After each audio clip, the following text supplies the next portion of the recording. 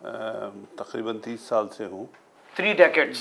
तो मुझे कुछ चीज़ों के बारे में पहले से इतराक था, जिसमें बुनियादी चीज़ ये थी कि जो पेशेंट हमारे पास आ रहे हैं उनको आपने फैसिलिटेट कैसे करना है रश में, क्योंकि रश के अलावा तो यहाँ कोई दूसरी बात ही नहीं है ना।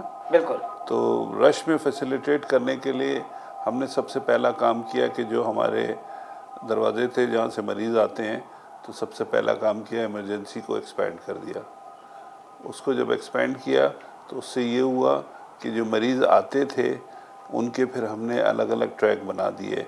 हार्ट अटैक का मरीज़ इस ट्रैक पे जाएगा, हार्ट फेलियर का इस ट्रैक पे जाएगा, बच्चे यहाँ जाएंगे। जो ब्रेन के लिए हम करते हैं एक्यूट स्ट्रोक इंटरवेंशन, वो तो 5 ट्रैक हमने बना दिए। और उसी इमरजेंसी के अंदर जब मरीज़ ट्राइएज पे आता है तो वहीं पे फ़िल्टर हो जाता है कि भाई आपने कहाँ जाना है। तो वो एक जो रश का एलिमेंट। तो ये तरीका कितना फ़ायदेमंद रहा? ये तमाम ये जो आप समझ लें कि मर्ज़ की नौइयत से ये जो डिस्ट्रीब्यूट किया आपने सारी चीज़ों को, ये कितना इफ़ेक्टिव रहा? देखें, हमारी इमरजेंसी जो है ना, मैंने आपसे कहा कि हमने तो रश में ही फैसिलिटेट करना है।